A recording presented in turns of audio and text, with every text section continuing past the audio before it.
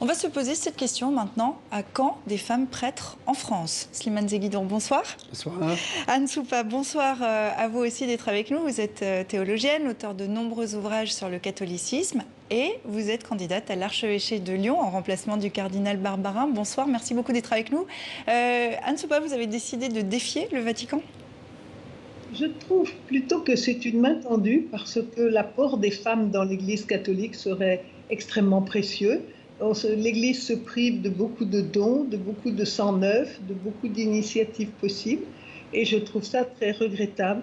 Donc je ne vois pas mon geste comme une provocation, je vois comme un geste qui choque, qui heurte parfois, mais un geste qui veut faire prendre conscience d'un vrai problème. Qu'il est urgent de résoudre. Comment c'est reçu par l'Église catholique? De manière très contrastée. On me citait ce matin l'exemple d'un curé qui, pendant sa prédication, invitait ses auditeurs à beaucoup plus d'audace pour le changement, etc. Donc vous voyez, il y a des gestes encourageants, enfin il y a des attitudes encourageantes, et puis il y a des tombereaux d'insultes sur les réseaux sociaux, et puis dans certains milieux, une sorte d'incompréhension. Une idée neuve, c'est quelque chose qui chahute, et il faut du temps pour s'y habituer. Ça ne change pas. Concrètement, c'est impossible que votre candidature aboutisse. Qu'est-ce qui vous motive personnellement? Alors, il y a deux choses qui me motivent. De rendre visible la condition extrêmement subalterne qui est faite aux femmes. Les femmes n'exercent aucune responsabilité directe. Elles sont toujours sous la suggestion d'un prêtre qui prend la décision finale. Donc, leur situation est abusivement anormale. Ça, c'est une chose. Et puis, il y a la beauté du métier d'évêque. Je trouve que l'évêque, celui qui annonce l'évangile, et je trouve que c'est une fonction magnifique et j'aurais aimé pouvoir l'exercer. Donc, je suis prise entre deux aspirations, toutes les deux très fortes. Alors, suivant votre exemple, 7 femmes ont postulé mercredi à diverses fonctions qui leur sont interdites dans l'Église catholique en France. Nous avons rencontré l'une d'entre elles, Hélène Pichon, est franco-suissesse. Elle a fait toute sa carrière dans la diplomatie. Elle souhaite aujourd'hui devenir nonce apostolique, autrement dit un agent diplomatique du Vatican. Son portrait est signé Anaïs Furtad, Clément Aline et Séverine André. Hélène Pichon est une chrétienne engagée. Nous la retrouvons à Paris, au siège d'un réseau international de femmes influentes, au sein duquel elle représente la France. Cette mère de famille milite pour plus d'égalité entre les hommes et les femmes, dans le monde comme au sein de l'Église catholique. C'est certainement le combat de ma vie et c'est le combat de la vie de beaucoup de femmes engagées comme je le suis, mais depuis des siècles, je dirais, et pour encore longtemps, de veiller justement à ce que les femmes accèdent aux mêmes postes de responsabilité que les hommes. Après 50 ans de vie chrétienne, cette diplomate a décidé de bousculer les codes.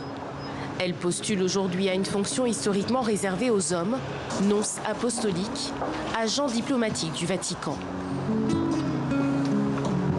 Un appel qu'elle a reçu à l'âge de 14 ans au cours d'un voyage à Rome.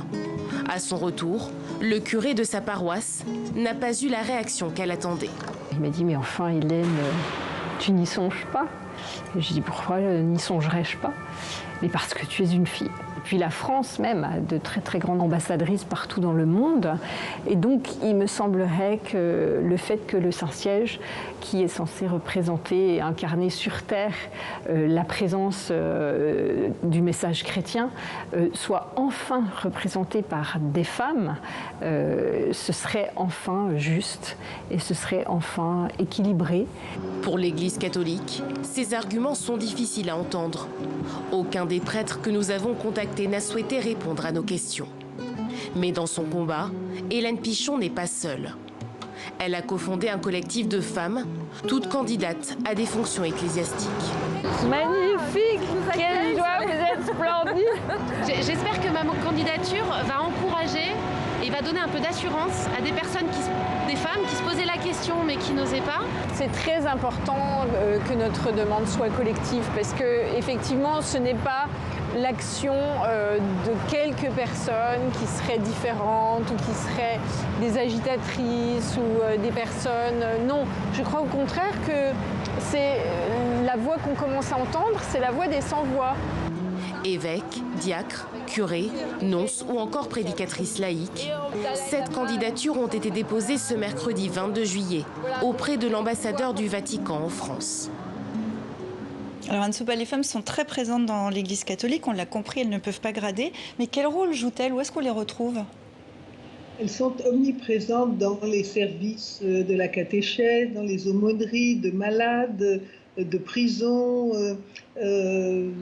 dans les diocèses. Elles sont aussi présentes parfois au service de communication ou au service comptable, mais on leur refuse toujours le titre d'apôtre, c'est-à-dire de ceux qui portent la parole, et toutes leurs décisions sont coiffées par un prêtre. Mais les femmes, sans les femmes, la maison-église ne tournerait plus. Donc il faut se rendre compte de leur place éminente, même si elle n'est pas reconnue. Slimane, pour quel motif l'Église catholique n'autorise pas les femmes à certaines fonctions? Eh bien, pour des raisons doctrinales et théologiques. Pour simplifier, on part du principe que le prêtre agit au nom de Jésus, mais à la place aussi de Jésus. Ajoutez à cela que l'Église, comme ensemble, est considérée comme l'épouse du Christ. Et que quand le Verbe s'est incarné, je suis toujours là dans la logique de la théologie catholique, il s'est incarné donc dans un être mâle. Donc tout cela a contribué à créer tout un corpus, toute une théologie selon laquelle une femme ne peut être ordonnée, donc ne parler au nom et à la place de Jésus, qu'un homme. Ce que les partisans de l'ouverture de l'ordination en femme comme Madame Anne-Soupa disent, non, le prêtre, certes, agit au nom de Jésus, mais pas à la place de Jésus. Et c'est pour ça qu'elle réclame une sorte de parité. J'ajoute que l'Église catholique de toutes les obédiences chrétiennes est la seule avec les églises orthodoxes à ne pas accepter l'ordination des femmes, alors que les diverses églises évangéliques, protestantes, méthodistes, baptistes et autres, elles l'acceptent déjà depuis un moment. Et justement, j'allais y venir même plus largement, puisqu'il existe des femmes pasteurs, des femmes imams, des femmes rabbins. Est-ce que l'Église catholique n'aurait pas intérêt à s'inspirer des autres religions, Anne-Soupa? Bien sûr, elle agit encore par conservatisme, parce que j'ai bien écouté les arguments de Slimane, et je l'en remercie, mais ces arguments sont considérés comme faibles par les théologiens. En fait, c'est un conservatisme qui demeure, une sorte de domination patriarcale ancienne, dont l'Église a un mal fou à se priver, il faudrait qu'elle change sa structure pour accepter d'intégrer les femmes. Et c'est une démarche assez large qu'elle a du mal à faire. Mais est-ce que vous diriez que l'Église catholique manque de modernité, qu'elle est un peu ringarde? C'est bien évident, et le pape François est arrivé en disant qu'il voulait faire quelque chose d'important pour les femmes.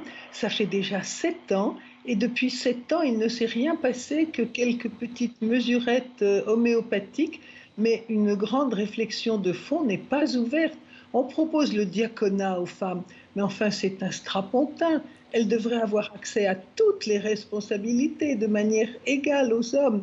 Je trouve que c'est indigne des femmes de les limiter à des rôles qui sont des rôles d'exécution, même s'ils sont très respectables. Ce ne sont pas là que se prennent les responsabilités. Slimane, je vous laisse réagir. Oui, comme l'Église catholique est une des plus vieilles institutions du monde, elle a un dogme, et donc elle ne peut accepter ou s'ouvrir qu'après un travail doctrinal de l'intérieur.